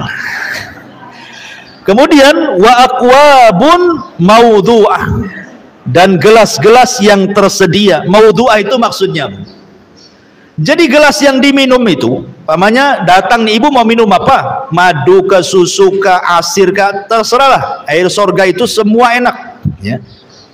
Jadi kalau kita di dunia ini, contoh nih mau minum es durian, ya. Sekarang lagi musim durian nih. Jadi ibu kan harus datang dulu mana orang jual jus durian, cari dulu, baru dapat, ya. Baru pulang, sampai rumah rupa gula ditaruh, udah 2 hari nggak bisa diminum, ya kan? Jadi kalau kita mau minum itu sulit sekali. Di sorga itu sudah disediakan tuh, apa yang terbayang pengen minum apa itu sudah ada. Dan setelah diminum gelasnya bersih sendiri, kemudian terletak di tempatnya masing-masing. Ibu ini kalau mau makan, coba habis makan nyuci piringnya, ya kan? Habis cuci piring dikeringkan piringnya, habis kering baru letakkan di tempat piringnya. Susah kali mau kerja di dunia ini, mau makan saja susah gitu ya. Mau makan aja sulit, harus dibersihkan pancinya, ininya, itu macam-macam. Di surga nggak ada. Itu maksudnya wa aqwabu mawdu'ah. Jadi tidak perlu nyuci piring, nggak perlu nyuci gelas, nggak perlu naruh di tempatnya, tertaruh sendiri gitu ya. Siapa yang mengantar? Yang mengantar itu anak-anak kecil, wildanun mukhalladun. Jadi ada anak-anak kecil yang lucu-lucu di surga itu. Dia tidak pernah besar, segitu saja umurnya, umur lucu-lucu. Kalau ibu punya anak kan, bayi, enak ya nampaknya, apalagi kalau sudah mulai bicara ngomong tuh ya. Nah, sudah mulai manggil umi, abi, mungkin 3 tahun, 4 tahun sudah enak. Tapi coba kalau sudah besar sedikit, 10 tahun mulai jengkel tuh. Ya, 15 tahun langsung megap-megap ibu kan, makin dia nakal. Ya, sudah tua anaknya mau nyekik saja, katanya durhaka sama orang tuanya. Jadi di sorga itu anak-anak itu tidak pernah dewasa ya, umuran lucu-lucunya mereka lah yang bawa gelas, yang ngasih minuman, kan enak tuh. Ya, kenikmatan yang luar biasa. Yatufuna alaihim wildanun mukhalladun. Kemudian wa namariku masfufah. Dan namarik, bantal-bantal sandaran yang tersusun. Ya, kita kan di rumah kalau kenapa orang beli kursi bagus-bagus ya, supaya enak kan duduknya ya. Daripada ruangan yang ada kursinya, nyandar di tembok. Ya. Sakitlah punggung ini nyandar tiap hari nyandar di tembok ya kan. Kan kalau bisa beli kursi yang bagus sampai mahal jutaan, ratusan juta pun ada gitu. Surga nggak usah beli ya. Sudah ada bantal-bantal sandarannya. Wa zarabiyu mabthutsah. Kemudian permadani yang terhampar, sajadah gitu ya. Dan namarik itu biasanya sajadah-sajadah yang digunakan para pejabat, orang-orang kaya, para penguasa. Orang-orang miskin tidak punya, paling tikar kalau kita ini ya. Jadi itu diberikan kepada penduduk surga. Kemudian setelah itu Allah mengatakan afala yang duruna ilal ibili kaifa khuliqat. Sampai di sini Allah ceritakan penduduk surga, kemudian beralih ke tema yang lain. Afala yang duruna ilal ibili kaifa khuliqat. Maka tidakkah mereka memperhatikan bagaimana unta diciptakan? Kenapa, apa hubungan cerita surga dengan diciptakan unta? Allah itu maha mampu menciptakan apapun di bumi. Unta pun bisa Allah ciptakan, makhluk yang aneh. Apalagi Allah ciptakan di surga, lebih mampu lagi gitu maksudnya. Apa yang dihajatkan manusia di surga, Allah mudah menciptakannya. Jadi ketika Allah katakan, tidakkah kau lihat unta diciptakan, supaya kita berpikir tidak ada yang mustahil di surga, itu semua tersedia. Di bumi saja ditampakkan bagaimana Allah ciptakan unta dengan mudah. Karena unta ini binatang yang aneh, aneh sendiri. Satu-satunya binatang yang bisa hidup di padang pasir cuma unta. Kuda tidak bisa, mati kuda ya. Karena unta itu kalau minum, kemudian dia taruh tuh minumannya di tempat dia, dalam tubuh dia, sehingga 3-4 bulan walaupun tidak mendapatkan air, dia tetap hidup. Bahkan terkadang orang-orang Baduy itu kalau mereka melakukan perjalanan di padang pasir, minumannya tidak kayak kita ditaruh di jerigen gitu ya, di aqua gelas tuh apa ya, di aqua botol, enggak, ditaruh di perut unta itu. Jadi kalau butuh minum tinggal dicucukkan aja, nanti keluar airnya. Simpanan unta tuh. Coba dia bisa menyimpan air dalam tubuhnya tuh. Kalau kuda 3 hari tak minum, matilah di padang pasir kepanasan ya. Tapi unta luar biasa. Dan unta itu binatang yang paling jeli. Kalau dia pergi sekali saja, dia bisa pulang tanpa nyasar. Padahal padang pasir kalau diinjak, datang angin, tertutuplah bekas injakannya kan, sehingga tidak ada bekas kita ini berjalan karena sudah tertutup dengan pasir yang terbawa angin. Tapi unta tahu kemana dia pergi, kemana dia pulang, nggak pernah nyasar. Tapi ingat, unta pun tidak akan melupakan orang yang menyakitinya. Pendendam unta ya. Kalau ibu nabok unta, maka unta akan ingat ibu sampai dia mati. Wajahnya nampak tuh, hidungnya, matanya, rambutnya semua tahu tuh. Kalau nampak dari jauh dikejar bu, mendendam. Dan dia hafal siapa yang menyakitinya. Mana ada binatang secerdas unta kayak gini coba. Belum lagi kemudian kencingnya pun obat unta itu ya. Nah, di zaman Rasul ada orang-orang Oroniun itu yang sakit datang kepada Rasul, kemudian Rasul mengambil kencing air unta suruh minum, sembuh dia. Ya, jadi kalau ibu punya penyakit, minum banyak-banyak kencing unta. Ya. Tapi nggak ada di Indonesia. Titip sama orang umroh. Ya, minumnya sambil pegang hidung, ya, karena bau. Dan banyak lagi keistimewaan untanya. Tapi walaupun gitu, unta nurut sama pemiliknya, walaupun anak-anak. Kalau dia tahu anak itu pemilik dia, nurut, duduk, berdiri. Walaupun anak kecil, kalau tahu itu pemiliknya tuh. Tapi kalau bukan pemiliknya, tidak bisa diatur dia. Jadi memang luar biasa unta itu, dan banyak lagi keistimewaan unta luar biasa. Makanya Allah jadikan tanda-tanda kuasanya. Afala yang duruna ilal ibili kaifa khuliqat. Wa ilas samai kaifa rufi'at. Dan langit bagaimana ditinggikan. Langit itu bentuknya bangunan, tapi bisa bertahan di langit tanpa tiang dan tidak roboh ke bumi. Ini kuasa siapa? Kuasa Allah. Ya. Ada sebuah kisah Bani Israel ketika menjelaskan sifat Allah dalam ayat kursi itu, wala sinatun wala naum. Allah itu tidak pernah tidur apalagi ngantuk. Jadi Nabi Musa menghadap Allah Subhanahu wa taala. Nabi Musa kan kalimullah, kalimur rahman. Dia orang yang suka bicara dengan Allah Azza wa Jalla. Kemudian dia mengatakan kepada Allah kan, kenapa Allah tidak tersifati dengan sifat tidur dan ngantuk? Kemudian Musa suruh berdiri. Kemudian dua tangannya suruh seperti ini. Kemudian diletakkan satu piring di tangan kanannya, kemudian satu piring di tangan kirinya, kemudian diisi air. Kemudian Allah merintahkan agar diam seperti ini. Ya. Karena kelamaan Nabi Musa ngantuk dia. Ngantuk akhirnya terlepas piringnya, pecah gitu ya. Dan Allah mengatakan, ya Musa, kalau seandainya aku tersifati dengan sifat ngantuk apalagi tidur, maka alam semesta ini akan berlaku seperti piring yang kau pegang itu. Kalau sempat Allah ngantuk, wah bertabrakan semuanya tuh di langit, kiamat yang ada. Makanya Allah itu salah satu sifatnya, sifat sempurna bagi Allah itu tidak ngantuk dan tidak tidur. Tapi bagi manusia itu sifat yang tidak sempurna, orang tidak bisa tidur itu. Kalau ada orang tidak bisa tidur, itu sifat kurang bagi dia. Karena manusia itu sempurna kalau dia tidur. Kalau 2 hari bu tidak tidur, kepala itu pusing bu ya. Karena bukan sifat kita. Sifat kita itu ngantuk tidur.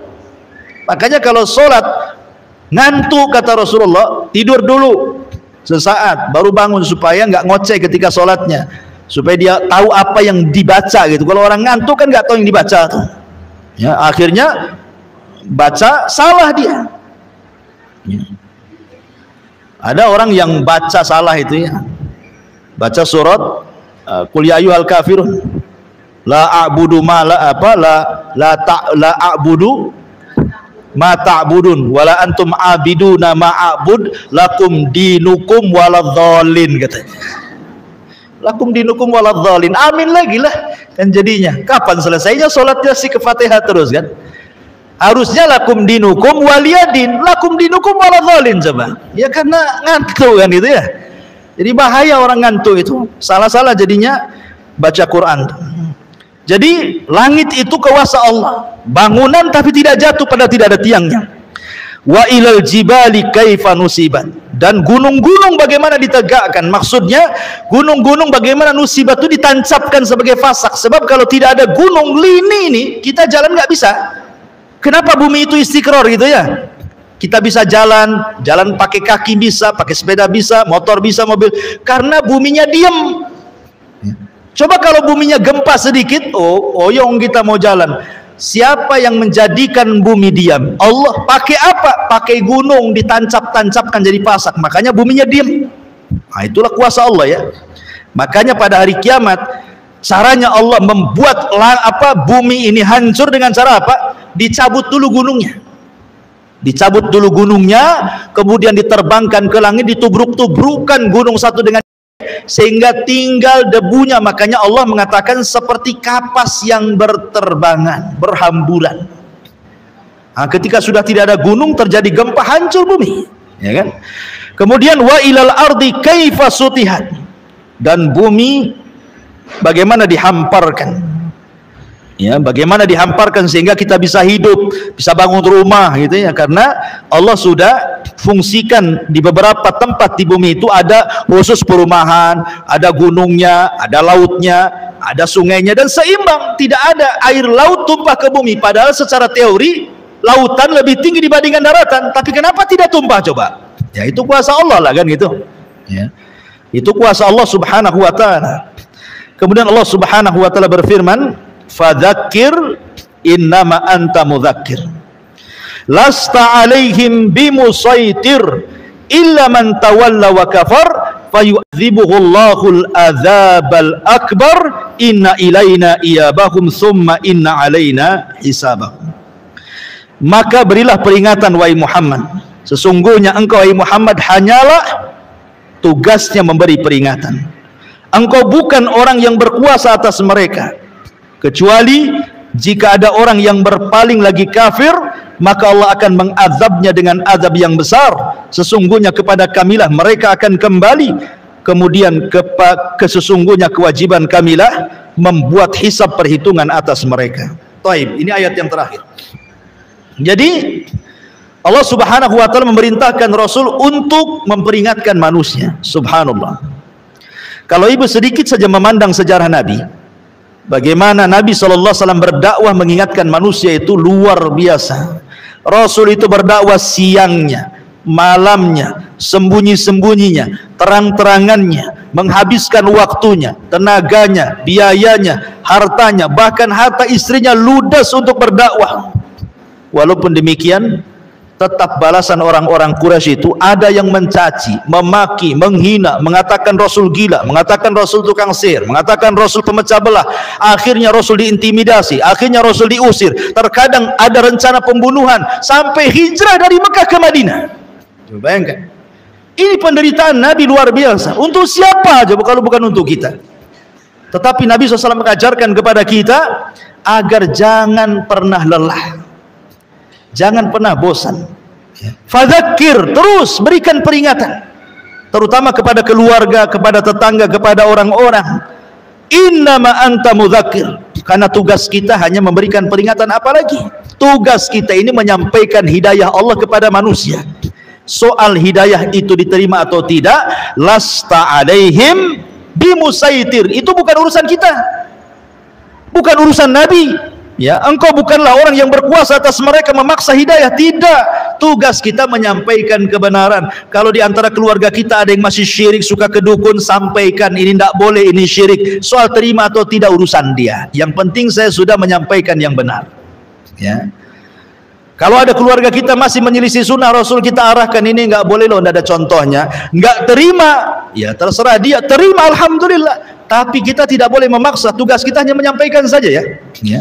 Menyampaikan hidayah Allah kepada mereka, karena taufik itu milik Allah. Sekelas Nabi saja Abu Lahab, pamannya justru jadi musuh. Sekelas Nabi saja Abu Thalib yang orang baik saja, tetap saja tidak masuk Islam, padahal sudah mengakui agama Nabi, mati kafir gitu ya. Karena hidayah itu milik Allah, dan para Nabi diuji seperti itu. Istrinya Nuh kufur, istrinya Lut kufur, ayahnya Ibrahim kufur, dan begitu seterusnya. Karena apa? Lasta alaihim bimusaitir illa man tawalla wa kafar. Ini balasannya. Kalau ibu sudah menyampaikan hidayah kepada manusia, tapi manusia menolaknya, malah berpaling kafir, itu bukan urusan ibu lagi, itu urusan Allah. Fayu'adzibuhullahul adzabal akbar, itu urusannya dengan Allah. Ada keluarga kita yang masih berbuat dosa maksiat, syirik dan bid'ah dan begitu seterusnya, ibu peringatkan mereka. Kau tidak mau, sudah, kewajiban ibu sudah selesai, menyampaikan kebenaran. Tinggal dia dengan Allah urusannya. Itu maksudnya, ya. Nanti itu ada urusan sendiri, perhitungan dia dengan Allah tuh. Wa yu'adzibuhullahul adzabal akbar, maka Allah akan mengazab dengan azab yang besar. Kemudian Allah ingatkan dua perkara, inna ilaina iyabahum thumma inna alaina hisabahum, sungguh kepada kamilah semua manusia kembali. dan kewajiban kami menghisab mereka. Inna lillahi wa inna ilaihi rajiun. Kita semua datang dari Allah dan akan kembali kepada Allah. Dan di sana ada hisab. Ingat bahwa setiap apa yang kita katakan, kita ucapkan, kita lakukan di dunia, semua ada pertanggungjawaban di hadapan Allah. Dan semua akan kembali kepada Allah dan Allah akan menghisabnya. Ya, makanya kenapa kemudian khitab ayat ini diberikan kepada orang-orang Quraisy? Kenapa? Karena mereka salah satunya mengingkari adanya kehidupan setelah kematian. Maunya mereka itu bebas. Kalau habis maksiat kemudian mati, ya sudah selesai jadi tanah. Ya. Kalau seperti itu, kasihanlah orang baik. Kasihan orang yang dizalimi, tidak ada keadilan kan? Nih, ibu dizalimi, tiba-tiba kemudian orang yang menzalimi mati jadi tanah, ibu tersiksa sampai mati. Kan gak ada keadilan namanya ya. Makanya supaya ada keadilan, ada hisab di sana. Mungkin ibu tidak dapat keadilan di dunia, tidak ada masalah ya, tapi di akhirat ada zat yang maha adil yang mengadili manusia seadil-adilnya, yang tidak ada satupun hakim di dunia yang mampu menghukum seadil Allah subhanahu wa ta'ala. Maka menjadi ketenangan bagi kita ya, kalau seandainya kita disakiti, kita diuji, semua ada hisabnya di hadapan Allah subhanahu wa ta'ala. Dari sini selesailah tafsir surah Al-Ghasyiyah secara singkat Bu ya. Kalau terlalu lebar, pertama juga capek ngomongnya, yang kedua juga waktunya panjang. Baik, kita adakan tanya jawab, saya silakan.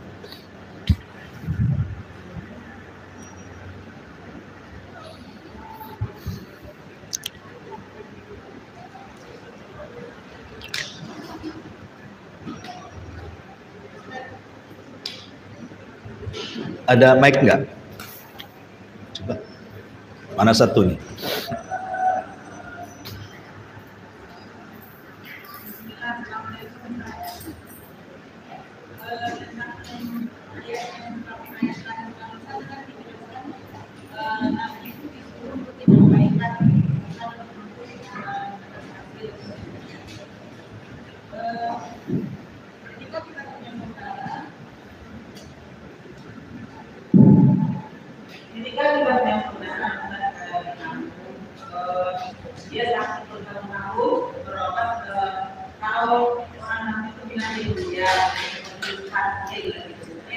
Kedukun.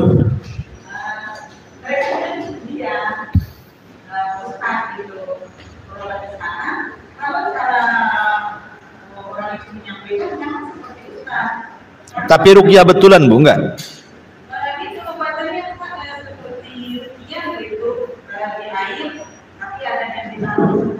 Pokoknya ruqyah yang menyelisih ruqyah syar'i lah ya.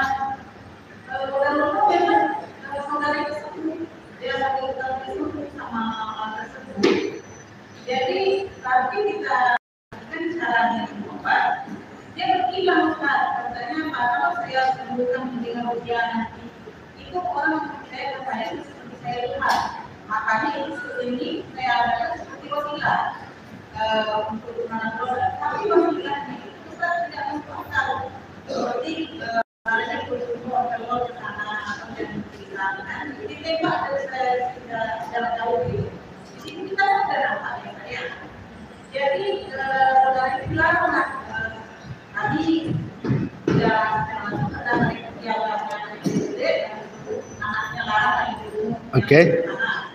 Tapi saya jawab, kalau misalnya itu saya tidak sama saya, karena saya sebut di situ, dia bisa ngomong. Paham. Iya. Jadi bagaimana cara menyampaikan saudara tersebut kalau memang itu salah, karena kita kami orang mengingat itu. Iya, paham. Dia bilang gurunya itu sama kayak kita menyampaikan di sini. Iya. Iya Bu, bismillahirrahmanirrahim. Kita tahu bahwa kesembuhan itu dari penyakit semua datang dari Allah, bukan datang dari siapapun. Terkadang orang pergi ke dukun sembuh, Terkadang orang beli obat di apotek juga sembuh. Tapi kesembuhan itu bukan dari obat atau bukan dari dukun. Semua datang dari Allah. Kita hanya dituntut berobat itu ada dengan cara yang baik, tidak menyelisihi syariat. Makanya sering saya katakan bahwa ada sistem perobatan itu yang berdasarkan nas Quran memang obat. Itu dianjurkan. Ruqyah memang syar'i, betul-betul sesuai anjuran Nabi. Masa ruqyah suruh ngerendam, ya, di laut, di sungai, akhirnya ke bawah hanyut laut, mati dia. Kemudian kalaupun tidak berdasarkan nas Quran, berdasarkan penelitian dia obat. Mungkin dunia farmasi mengatakan dia obat, dunia herbal mengatakan obat. Nggak apa-apa walaupun tidak ada nas Quran sunnahnya, karena ada penelitian. Tapi kemudian tiba-tiba tidak ada berdasarkan nas Quran, tidak ada penelitian, tiba-tiba mengatakan ini obat, ketika berobat memang qadarullah sembuh. Itu namanya istidraj, supaya dia makin kufur kepada dukun.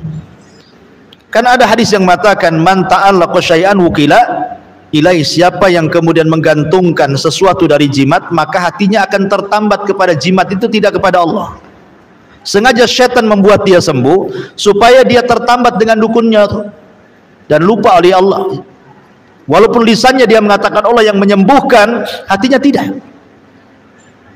Kalaupun seandainya betul dia mengatakan yang menyembuhkan Allah, tetap ini syirik kecil, masuk dalam kategori syirik, menjadikan sebab yang bukan sebab, ya. Jadi ibu ya dinasihati saja pelan-pelan berdasarkan ilmu yang ibu miliki. Jadi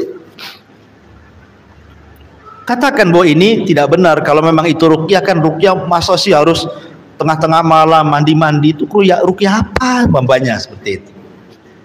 Sudah disampaikan kan? Iya. Tapi dia membantah kalau itu kan seperti tampilannya juga paham. Ya, kalau dia membantah, Bu, bantahnya itu kan bukan dengan dalil. Kadang bantahnya dengan penampilan. Ya, dukun sekarang lebih ustaz dibandingkan ustaz penampilannya. Tasbihnya saja bukan segede kelereng, segede telur ayam. Tasbihnya kalungkan di tangan. Ya. Jadi sekarang ini dukun penampilannya luar biasa. Kadang-kadang ya ngaku Habib gitu ya. Dan begitu seterusnya. Padahal dukun dia. Jadi rata-rata hujah mereka itu ya penampilan begitu ya. Bukan hujah secara Quran dan Sunnah. Ini pengobatannya ada dasarnya, kan? Ya. Maka kewajiban ibu ya sampaikan saja. Nggak masalah, terus saja sampaikan sampai bosan. Ya. Ibu yang bosan atau dia yang bosan dia tidak tahu. Ya sampaikan. Yang penting kan kewajiban ibu sudah disampaikan. Soal diterima itu kan urusan Allah.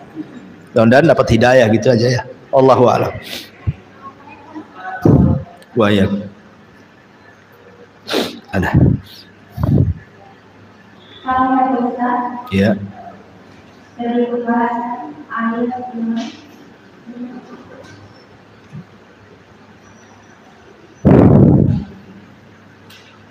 tujuh yang tadi itu kan ada pembahasan empat mengenai wajah-wajah kita ketika kita menerima catatan wajah posisi dan wajah cahaya, wajah yang berseri dan wajah yang diridhoi. Yang mana tanyakan Ustaz, ketika kita sudah mendapatkan hak yang diberikan Allah Ustaz, tentu juga kita tetap seperti aturan yang diberikan oleh Allah Subhanahu wa Ta'ala, masih ada juga mengisi jalan-jalan menuju ke surga kan? Terus yang menanyakan lagi, apakah ketika kita menerima dengan wajah-wajah yang seperti ini, kita waktu berjalan menuju surga amankah atau ada kendala lain karena usaha yang lain? Iya. Ya, alhamdulillah. Golongan manusia itu di akhirat tentang hisab itu kan ada 3. Ada orang yang tidak dihisab sama sekali. Mereka direct keluar dari kuburan aja masuk surga orang tuh. Ya. Mereka bisa melesat dengan lesatan yang luar biasa dalam titian itu. Sehingga mereka sudah di pintu surga lah, nunggu masuk surga aja. Orang yang mereka tanpa hisab dan azab. Namanya tidak dihisab, ya tidak mungkin diazab. Ini ada kelompok seperti 70.000 kelompok yang dijanjikan masuk surga tanpa hisab dan azab. Mereka orang yang tidak minta ruqyah, mereka orang yang tidak minta kai, mereka yang tidak tatoyur, mereka yang tawakal, kan itu sifat-sifatnya. Dan ada yang kelompok kedua, dihisab tapi mudah hisabnya. Itulah kelompok pemilik wajah-wajah ini. Ya. Jadi hisabnya itu hanya formalitas saja. Kalau ditanya oleh Allah tentang dosa, dia hanya mengiyakan saja, mengakui. Ya, saya melakukan seperti itu. Diakui dosa semuanya. Tapi ada yang hisabnya sulit. Inilah yang agak rumit, karena ketika dia dikatakan berbuat maksiat, dia nolak. Kamu jam segini, detik ini, hari ini, tahun segini kau maksiat. Oh enggak, sehingga maksiat. Nah, ini yang rumit nih, karena harus datangkan saksi kan. Tapi dia nggak bisa nelak karena semua jadi saksi. Ya. Yauma nakhtimu ala afwahihim wa tukallimuna aydihim. Ya, lisan terkunci ketika dia ngomong seperti itu, tiba-tiba lisannya terkunci, tapi tangan kan bicara. Kemudian kulit pun bicara. Kemudian bumi yang kita pijak juga bicara. Ya. Kemudian yauma tuhadditsu akhbaraha. Pada hari itu bumi akan bicara, langit bicara, malaikat bicara. Mau ngelak gimana? Tapi kata Nabi SAW, manukisyahalak, siapa yang ketika ditanya kok dia ngajak debat gitu ya, nggak ngakui, sehingga harus datangkan saksi, celaka orang ini, berarti hisabnya sulit. Jadi orang-orang yang mendapatkan wajah-wajah dalam permulaan hisab, di akhir hisab, jelas orang ini akan dipermudah ya. Karena tanda-tandanya sudah ada kan. Kenapa dia dapat cahaya? Karena dia melihat kebaikannya lebih banyak dibandingkan kejelekannya, makanya bercahaya dia.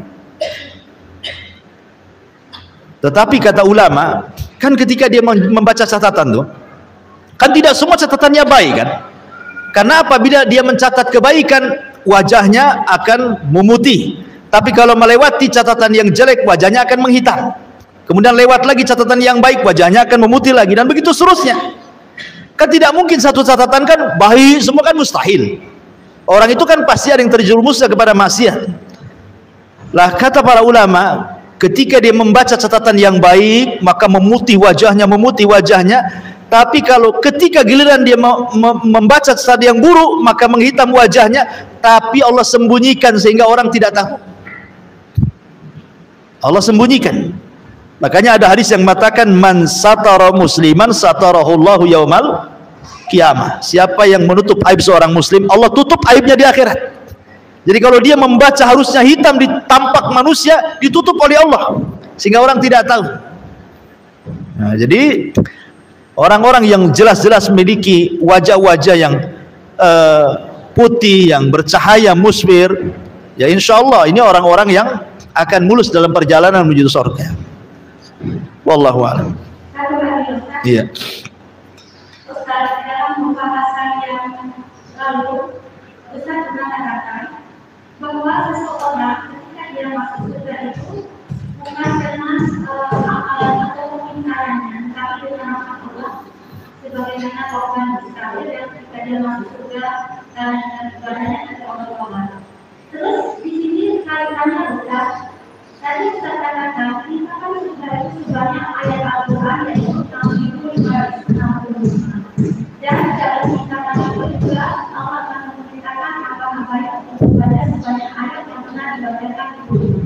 Terus yang anak-anak Ustaz, apakah seorang hamba ketika dia membaca dengan ayat-ayat itu apakah dia harus menghafalnya atau sekedar mempelajari tajwid dan maknanya, atau mereka yang dia tidak begitu paham dengan maknanya, tapi dia berlaku tanpa menilai Ustaz, apakah dia bisa tergolong dengan mengenai surga yang seperti dikatakan demikian? Alhamdulillah, tingkatan amal itu kan beda-beda. Tentu yang hanya sekedar membaca, pahalanya juga akan berbeda dengan orang yang membaca dan memahami. Orang yang baca memahami tentu akan berbeda dengan orang yang membaca, memahami dan berusaha mengamalkan. Kan begitu tingkatan orang itu. Makanya surga juga tingkatan-tingkatan. Adapun masuk surga karena rahmat, karena keadilan itu tidak orang masuk surga. Kalau karena keadilan, nggak ada orang masuk surga. Adil di mana, Bu? Ibu usianya 50 tahun, 60 tahun meninggal. Tiba-tiba masuk surga dikekalkan dengan kenikmatan luar biasa. Adilnya di mana? Nggak ada orang bisa masuk surga kalau karena keadilan kan? Makanya karena rahmat. Lah amal soleh itulah yang kemudian menentukan kita derajat di surga. Dan yang memudahkan perjalanan mulai dari kubur kemudian sampai perjalanan di padang mahsyar sampai kemudian di pintu surga, itu kan amal kita ya, yang memudahkannya itu. Nah, tetapi ketika dimasukkan ke dalam surga bukan karena amalannya tapi karena rahmatnya. Karena nggak mungkin adil surga yang sedemikian indahnya, amalan kita sedikit tahu-tahu membeli surga dengan pahala kita, ya nggak kebeli lah kan gitu. Kalau bukan karena rahmat tidak akan orang bisa masuk surga, karena nggak mungkin dapat gitu. Cuman amal itu penting karena itu juga yang menentukan amal itu mendapatkan rahmat. Amal itulah yang mendapatkan rahmat. Dan orang itu masuk surga bertingkat-tingkat itu karena manusia juga bertingkat-tingkat. Dalam ibadah itu kan bertingkat-tingkat. Orang itu dalam beribadah seperti Allah ngasih rizki, Bu. Seperti orang ngasih rizki kan gitu ya. Ada orang yang jadi satpam, gajinya sekian. Ada orang yang jadi manajer, gajinya sekian. Ada orang jadi anggota dewan, gajinya sekian. Ada orang, itu rizki itu kan Allah sudah bagi-bagikan.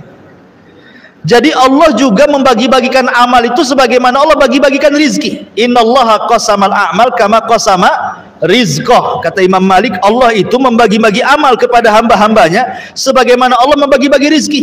Maksudnya begini, ada orang yang dimudahkan sholat sunnah tapi tidak dimudahkan sholat qiyamul lail, berarti rizkinya di sholat sunnah. Ada orang dimudahkan untuk qiyamul lail tapi tidak dimudahkan dia puasa sunnah, berarti rizkinya di sholat malam, tidak dapat rizki di puasa sunnah. Ada yang di puasa sunnah dia mudahkan dan begitu seterusnya. Makanya dari sini tidak boleh mencela amalan orang lain ya. Ada seseorang mencela Imam Malik, namanya Abdul Aziz ibnu siapa namanya, lupa pokoknya namanya Abdullah ibn Abdul Aziz ibn Al-Ghumari kalau nggak salah. Dia seorang ahli ibadah. Oh, sholatnya luar biasa, puasanya luar biasa, bacaan Qurannya luar biasa. Sementara Imam Malik itu tidak dikenal ibadahnya, tapi dikenal hadisnya. Dia sudah mengajar hadis, ya kan? Tapi ibadah sunnahnya kurang. Imam Malik itu disurati sama orang ini agar Imam Malik itu berubah. Kau kan seorang ulama, ya, bagusnya kau giatkanlah ibadahmu, sholat malammu, sholat puasa sunnahmu, baca Quran, macam-macam dinasihati. Imam Malik akhirnya membantah, ngirim surat balik. Nah, salah satu bantahannya kalimat tadi itu, bahwa Allah itu membagi amal sebagaimana Allah membagi rizki. Boleh jadi orang digiatkan di sholat malam, dia tidak digiatkan di puasa sunnah. Barangkali orang giat puasa sunnah tidak digiatkan dibaca Quran, kan begitu. Masing-masing itu orang punya kelebihan. Tetapi kata Imam Malik, walaupun demikian aku tidak pernah merendahkan diri. Dan ingat bahwa para pendakwah itu, orang yang mempelajari ilmu dan mengajarkannya, jauh lebih mulia dibandingkan ahli ibadah. Kata Imam Malik kan jawabannya tuh ya. Makanya penting orang itu untuk tidak saling mencela. Karena ada seorang murid yang kurang ajar sama ustadznya kan, kadang-kadang kan. Dia sudah diberikan ilmu banyak sama ustadz. Tapi mungkin ustadz ini mungkin nampaknya jarang sholat sunnah. Muridnya pula sholat sunnahnya rajin gitu ya. Mungkin ustadznya hari puasa Senin Kamis kalau ngajar kok minum, berarti tidak puasa sunnah dia. Sementara muridnya puasa sunnah terus. Dicela ustadznya. Kok ustadz kalah dengan saya? Harusnya ustadz gak kayak gitulah kan gitu. Ini sama kasusnya orang ini dengan Imam Malik kan. Tapi Imam Malik membantah, walaupun demikian ingat, pelajar ahli ilmu dan mengajarkan ilmu jauh lebih hebat dibandingkan kalian yang ahli ibadah, kata Imam Malik. Ya.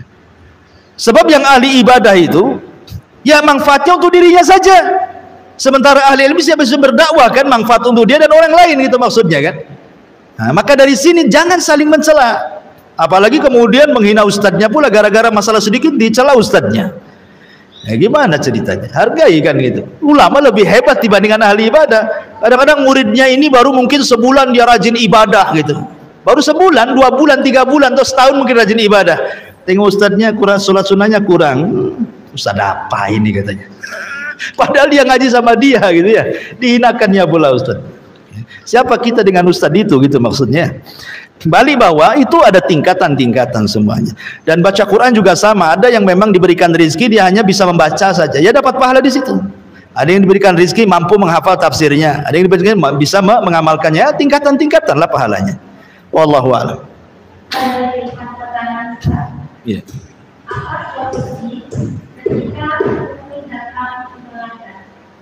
Gimana? Apa solusi ketika guru datang? Ketika? Ketika futur. Oh, futur. Segera tutul kan gitu. Tutul macan lah, macan tutul. Ya futur itu, ya saya minta maaf karena ada sedikit gangguan telinga. Jadi sekarang kalau ibu ngomong itu kayak jauh. Ya, jadi saya kadang-kadang kalau ibu nggak keras, saya nggak dengar. Baru sudah diperiksa, rupanya gendangnya ada kebocoran katanya. Jadi sekarang lagi pengobatan. Jadi sekarang kalau orang ngomong itu kalau nggak keras kayak 1 kilo gitu. Jadi harus betul-betul ya, sama yang kiri ini agak normal. Jadi saya minta maaf ya. Jadi masalah futur itu setiap manusia pasti mengalaminya. Rasul mengatakan likulli surratin fatra. Setiap semangat itu di sela-selanya pasti ada futurnya. Tidak mungkin orang itu selamanya semangat itu mustahil. Ya, kalau tidak ada masalah, semangat dia. Kalau ada masalah, futur dia. Ngaji terus, rupanya banyak masa di luar, akhirnya jarang ngaji. Artinya bahwa itu fitrah manusia, kadang semangat, kadang futur. Tapi kata Rasulullah, wa man kanat fatratuhu ila sunnah faqad ihtada. Siapa yang ketika futurnya dia berusaha untuk mengikuti sunnah Nabi, maka dia dapat hidayah. Tetapi kalau tidak demikian, halak dia hancur. Jangan diikuti futur itu. Makanya kenapa Rasul mengatakan beribadahlah sedikit tetapi terus menerus. Khairul a'mal adwamuha wa in qalla. Sebaik-baik amal itu sedikit tapi terus menerus. Supaya apa? Karena Allah itu tidak pernah bosan disembah. Kalian yang bosan. Jangan sampai dengan kita rajinnya akhirnya bosan pula kita nyembah Allah. Itu maksudnya ya. Jangan sampai kemudian lantaran kita giat kecapean akhirnya bosan. Allah tidak bosan disembah, kita yang bosan menyembah. Makanya supaya Allah tidak bosan kita sembah, yang penting itu continue-nya ya. Walaupun sedikit. Jangan rajin tahu-tahu pamannya 1 minggu nih diborong semua sholat sunnahnya, puasa sunnahnya, baca Qur'annya. Tahu-tahu minggu depan kelelahan, sakit, kemudian libur 1 bulan. Ya kan, nggak imbang, rajinnya seminggu, liburnya sebulan. Ya kan? Makanya kan sedikit tetapi continue supaya seseorang itu tidak terbosani dengan ibadah. Ya kan? Tapi ini pertanyaan, Assalamualaikum Ustaz, apa makna barang siapa membaca surah Al-Kahfi akan disirami cahaya antara dia dan Ka'bah? Makna akan disinari cahaya pada 2 Jumat. Ya wallahu alam. Hadis ini bicara tentang keutamaan membaca surah Al-Kahfi. Dalam surah Al-Kahfi itu ada 4 kisah yang semuanya bisa melawan fitnah Dajjal. Pertama kisah Ashabul Kahfi, kemudian kisah pemilik 2 kebun, kemudian kisah Nabi Musa dan Khidir, kemudian kisah Dzulqarnain. Ini bicara tentang 4 fitnah. 1 fitnah ilmu, fitnah harta, fitnah kekuasaan, dan juga fitnah agama. Ya, ini 4 fitnah kan. Orang terfitnah dengan, semua manusia terfitnah dengan 4 perkara ini. Mungkin dengan harta, akhirnya harta itu membuat dia jahat, ya kan? Atau kekuasaan, makanya terkadang orang berkuasa jadi zalim. Atau dengan agama, dia salah mempelajari agama jadi sesat dan menyesatkan orang. Atau ilmu, merasa bangga, sombong dan begitu seterusnya kan. Makanya Allah sebutkan, maka di antara kemudian keutamaan surah Al-Kahfi kalau kita paham itu membawa cahaya, sehingga dia bisa menerangi dari fitnah, terhindar dari fitnah-fitnah itu. Dengan cahaya itu terterangilah dia dari segala fitnah-fitnah itu, sehingga dia bisa berjalan dan bisa melalui fitnah-fitnah itu. Wallahu a'lam. Ya, saya kira cukup ya. Subhanakallahumma bihamdika asyhadu an la ilaha illa anta astaghfiruka wa atubu ilaik. Allahu ta'ala. Assalamualaikum warahmatullahi